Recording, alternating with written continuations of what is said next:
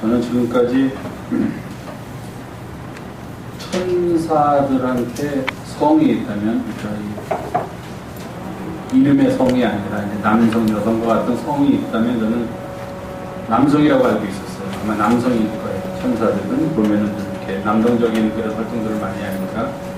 그런데 우리가 흔히 하늘에서 천군 천사의 찬양 소리가 들린다 그러면 그건 굉장히 남성들의 찬양이니까 우렁차고 이제 씩씩하고 그런 찬양이 들릴 것이다 그렇게 생각을 했는데, 오늘 들으니까 천사들이 여자도 있구나, 이렇게 아름다운 소리를 천사들이 내는구나, 우렁찬 소리뿐만 아니라 하는 모습들 제가 느꼈어요. 지난주에 몇 분 안 계신데도 참 찬양이 듣기 좋아서 우리 교회 찬양의 소리가 이거였나 그랬는데 아니었어요. 역시 오늘 듣는 게 진짜였고, 지난주에는 조금 뭔가 그래도 한 3% 정도가 부족했는데, 제 그냥 인간적인 생각으로 우리 교회 찬양대는 잘한다 그랬는데, 제가 이렇게 나가서 얘기할 때 흔히 우리 교회 찬양대를 이렇게 동남아 공연을 마치고 돌아왔냐, 그래서 여기 와서 찬양을 좀 해줄 수 있냐, 그런 얘기를 들을 때의 그 찬양대는 아마 오늘 이 찬양대구나 하는 그런 생각을 했습니다. 앞으로는 빠지지 마세요. 늘 저희들에게 천사들의 찬양을 들려주셔야 할 그런 책무가 있으니까 주일마다 빠지지 마시고 열심히 나와주시고, 우리 봉헌 찬양해 주신 우리 김현주 집사님하고 김성희 교우 감사드립니다. 저는요, 이렇게 앞에 서서 설교하라고 그러면 설교하는데, 노래하라고 그러면 찬양하라고 그러면 못해요. 떨려서. 같이 부르는 찬양은 그냥 열심히 하는데, 혼자서 하라고 그러면 진짜 못해요. 그래서 이 앞에 나와서 이 봉헌송 하시는 게, 제가 저보고도 봉헌송 하라고 그러면 저는 떨려서 아마 노래를 그냥 이상하게 부를 것 같은 그런 생각인데, 늘 애써주시고, 그렇게 우리들의 마음에 좋은 은혜를 끼쳐주셔서 감사드립니다. 같이 기도하시고 하나님의 말씀 나누겠습니다. 거룩하시고 자비로우신 주님, 오늘도 저희가 함께 모여서 주님을 예배하며 주님의 음성을 듣는 자리로 들어갑니다. 주께서 우리를 도우셔서 우리의 마음을 주장하여 주시었고, 우리가 듣는 말씀 속에서 삶의 길을 찾는 은혜의 자리, 복된 자리가 되게 인도하여 주시옵소서. 우리 예수님의 이름으로 기도하옵나이다. 아멘.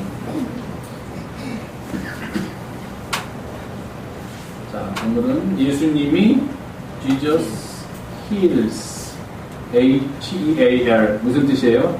H-E-A-L, heals. 네?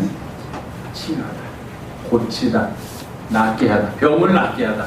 heal의 힐, 상처가 생겼는데 여기 칼로 베었어, 잘못해서. 그런데 이게 시간이 지나니까 다시 원래의 모습대로 변했다. 그런 게 heal이에요. 치유되다, 상처하다. 여자들이 신는 이 뒷굽이 높은 힐은 H-E-E-L이고, H-E-A-L 그러면 상처가 낫다, 치유하다, 고쳐주다 하는 그런 뜻이에요. 근데 예수님이 한 사람이니까 힐스 해가지고 그냥 S는 붙인 거고, the sick.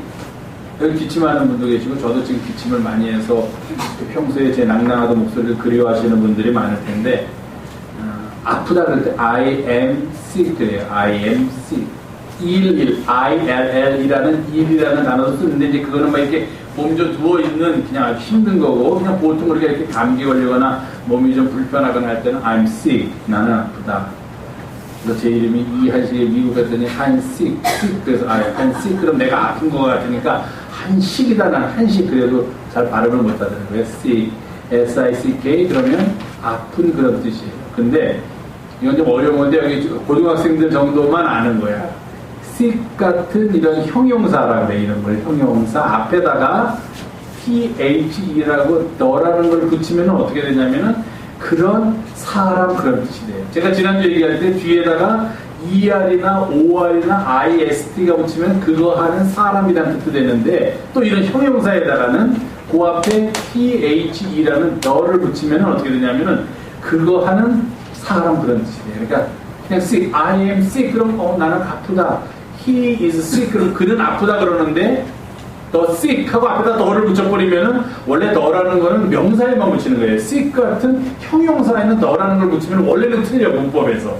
그렇지만 이런 형용사 앞에다가 너를 붙이면은 의미가 바뀌어서 어떻게 되냐면은 아픈 사람, 그렇게 돼요. 또는 아픈 사람들, 그렇게 돼요. 그래서 예를 들어서 가난하다, 돈이 없다 그러면 우리가 푸어 그렇게 얘기하잖아요. 푸어, 가난하다, 약하다 그러면 푸어 그러는데 그 앞에다가 THE를 붙이면은 너 푸어 그러면은 가난한 사람 그렇죠. 사람들. 그러니까 이것도 뭐냐 그러면은 예수님께서 the sick, 아픈 사람들을 heals, 치유하시다, 고치시다, 병든 자를 낫게 하시다. 오늘 본문인데 화면 하나만 내려주실래요? 네. 오늘 본문에 나오는 이야기 중에서 한 장면이에요. 이게 누군지 아세요? 어떻게 알았어? 아, 여기 밑에 써있죠, 여기에. 아, 이거 근데 조그맣게 써있어. 뒤에 계신 어른들은 잘 안 보이실 거야. 요 사람을, 맨 왼쪽에 있는 이분을 예수님이라고 써있고, 그 가운데 있는 사람을 뭐라고 써있어요? 야이로. 그 다음에 그 맨 오른쪽에 키 좀 크고 노란 옷 입은 이 사람을 뭐라고 써있어요? 베드로라고 써있어요. 그렇게 그렸어. 화가가 그리고 우리가 잘 구별을 못하면 어떤 게 예수님이고 어떤 게 누구냐 구별을 못하니까 그 밑에다가 누가 친절하게 이 사람이 예수님이고 가운데 있는 사람이 회당장이고 그 다음에 있는 사람이 베드로다. 무슨 일이 있었냐면 예수님의 소문이 예수님이 막 죽은 자도 살리고 막 병든 자를 고쳐주고 귀신 들린 사람 귀신을 내쫓아주니까 예수님의 소문이 여기저기 다 퍼졌어요. 그래서 하루는 예수님께서 바닷가에 이렇게 계셨는데 사람들이 많이 또 병을 고쳐달라고 말씀을 드리려고 모였어. 근데 그 중에 한 사람이 나왔는데 요 가운데 있는 요 야이로라는 사람이에요. 야이로라는 사람은 뭐 하는 사람이었냐면은 성경에 보면은 회당장이라 그랬어요. 회당은 뭐냐면은 유대인들이 예배드리는 우리가 말하는 이 교회 같은 거를 회당이라고 해요. 그럼 회당장이면은 그 회당에서 제일 높은 사람이 회당장이죠. 근데 그 사람이 우리 교회에서처럼 본인이 직접 설교를 하진 않고 이 사람은 늘 이번 주일에는 누구를 모셔다가 설교를 할까 하는 것을 궁리하고 어떤 분을 모셔다가 하나님의 말씀을 들을까 하는 것을 스케줄을 짜고 또 이 안에서 일어나는 모든 일을 관장하기 때문에 당시 유대인들에게는 회당이 굉장히 중요한 곳이었어요. 그러니까 회당장 그러면은 굉장히 사회적으로 높은 지위에 있는 사람. 지금 교회에서 목사님이 높다. 목사님은 높지 않죠. 그렇지만 당시에 이 회당장은 굉장한 힘을 가지고 권력을 가지고 있는 사람이 회당의 장을 맡으면서 자기가 직접 설교는 하지 않더라도 설교를 위해서 필요한 모든 것 이번 주일은 누가 오고 어떤 목사 예를 들면 어떤 분한테 설교를 부탁하고 다음 주일은 누가 하고 또 이 안에서 예산이 필요하면 여기가 만약에 무너졌다. 그럼 여기를 어떻게 고칠지 여기를 더 장식을 하기 위해서 어떻게 해야 될지 그런 그 회당 안에서 일어나는 모든 일을 관장하는 사람이니까 사회적으로 지위가 있던 사람이 이 사람이에요. 근데 이 사람에게 딸이 하나 있었어. 딸이 나중에 뒤에 보면 나오는데 딸이 12살이었어. 근데 무슨 병인지 몰라가지고 매일마다 시름시름 앓으면서 요만한 의사는 다 데려다가 고치려고 했는데도 아무도 못 고치고 딸이 하루하루 죽어만 가는 거예요. 그러다가 상태가 아주 중하게 됐어. 그러던 차에 예수님이 자기가 있던 그 마을에 예수님이 제자들과 함께 오셨다는 소식을 듣고 예수님이 어떤 일을 행하셨다는 소식을 듣고서 이 회당장이 나와가지고서 예수님을 만납니다. 주변에 있는 사람들이 말렸을 거예요. 뭐 예수라는 사람도 어떻게 네 딸을 고칠 수 있겠느냐. 의사들이 다 왔는데 못 고칠 거야. 네가 회당장인데 그렇게 높은 사람인데 그 예수라는 그 목수 출신의 그런 천한 사람한테 직접 가서 부탁을 하려고 하지 말라. 여러 사람들이 그런 얘기가 있었는데 이 회당장은 예수님을 직접 찾아왔어요.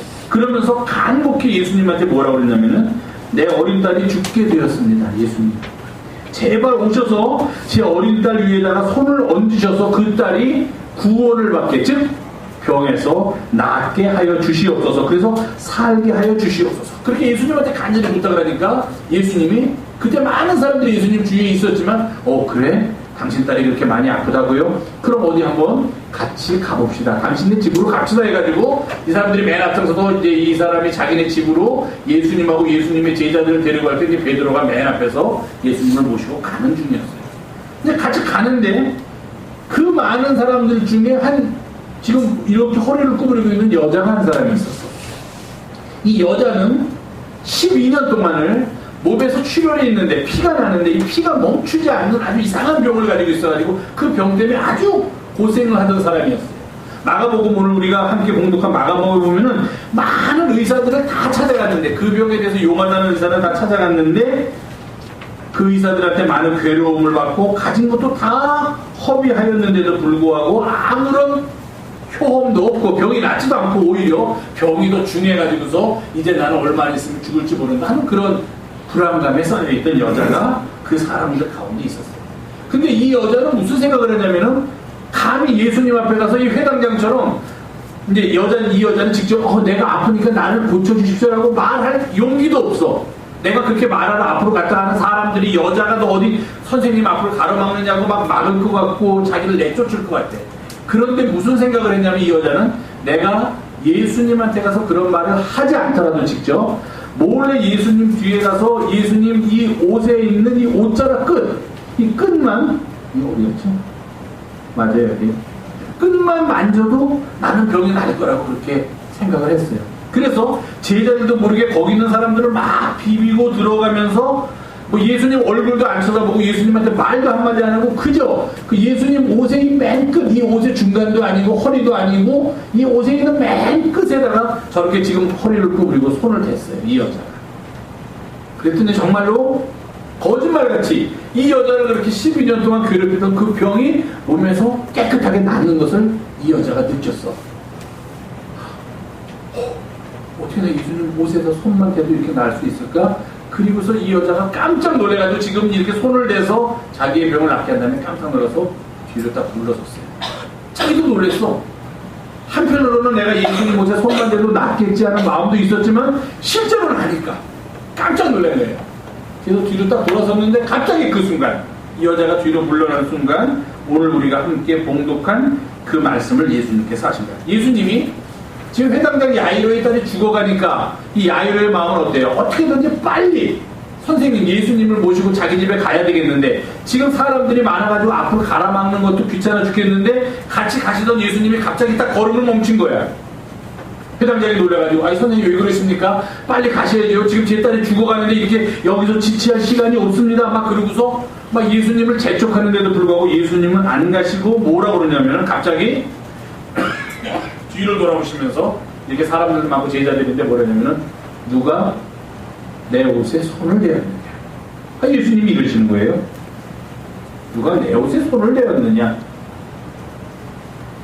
그랬더니 이 제자들 아마 베드로가 그랬을 거야. 베드로 항상 나서길 좋아하니까 어이없다는 듯이 감히 선생님한테 어이없다는 듯이 선생님 지금 사람들이 이렇게 많고 선생님 옆에 지금 야이로 회당장 야이로도 선생님을 모시고 가려고 선생님 옷에다가 손을 대고 있는데 이렇게 사람들이 많이 있는데 이 중에서 선생님 옷에 손을 댄 사람을 찾아내라고 우리에게 물으시니 마치 옛날에 그 대장금에도 대장금이 어릴 때 뭐 홍시 맛이 어떻게 나느냐 홍시가 거기 있으니까 홍시 맛이 나는 것을 나보고 왜 홍시 맛이 나냐고 물으시면 내가 어떻게 대답하는 것처럼 똑같이 그런 거예요. 어떻게 사람이 이렇게 많은데 나한테 그런 얘기를 하십니까? 말도 안 됩니다. 그랬더니 예수님이 뭐라고 그랬냐면은 이렇게 돌아보고 아무 말도 안 하고 이렇게 돌아보니까 한 여인이 갑자기 얼굴이 하얘지면서 아무 소리도 못하고 서 있어요. 저 여자가 내 몸에서 손을 대었구나. 그러고 가만히 인자한 얼굴로 쳐다보니까 이 여자가 숨길 수가 없는 거야. 뭐 제자들은 찾아낼 수도 없지. 제자들은 생각도 못하지. 성경에 보면 이렇게 돼 있어요. 제자들이 여짜오되 무리가 애워싸 미는 것을 보시며 누가 내게 손을 대었느냐 물으시나이까. 이거는 예수님한테 대답하는 말이 아니야. 어이없습니다 선생님. 이렇게 사람들이 많은데 이들 가운데 누가 선생님의 옷에 손을 댔냐고 지금 물으십니까? 선생님 어떻게 그런 질문이라고 하십니까? 어이없습니까? 하는 그런 질문이에요. 역으로. 그랬더니 진짜 예수님이 돌아보고서 이 여인을 딱 보니까 이 여인이 예수님 앞에 와서 무릎을 꿇고 뭐라고 그랬냐면 제가 손을 댔습니다.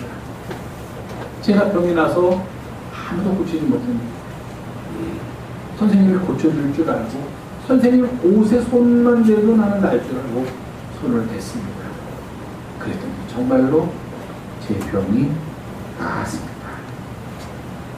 예수님이 따라 내 믿음이 너를 구원하였으니 평안히 가라. 내 병에서 놓여 건강하지. 그렇게 말씀하셨어요. 자, 이 이야기에서 목사님이 이제 어른들한테는 조금 더 하겠지만 우리 아담과 여러분들은 이렇게 이 여인과 같은 믿음을 가지고 있을 때 예수님의 옷자락에 손만 대어도 나는 나을 것이라는 믿음을 가지고 있을 때 그때 비로소 이 여인은 병이 저 힘들어 올라온 예수님의 은혜를 누릴 수 있었어요. 어떤 사람이 그렇게 생각했을까? 이 아이로도 감히 예수님의 옷에 손만 대어도 내 딸이 날 거라고는 생각 못하고 예수님이 우리 집에 가서 우리 딸을 보고서 뭐 거기서 하나님한테 기도를 하든지 손을 그 위에 얹고 기도를 하든지 이래야지만 날 것이다라고 대부분의 사람들은 다 그렇게 생각했는데 이 여인은 내가 예수님의 옷자락에 손만 대어도 날 것이다. 그런 믿음을 가지고 와서 예수님의 옷에 손을 대니까 정말로 그의 병이 다 나았어요. 우리를 살리는 것은, 우리를 구원하는 것은 우리의 믿음입니다.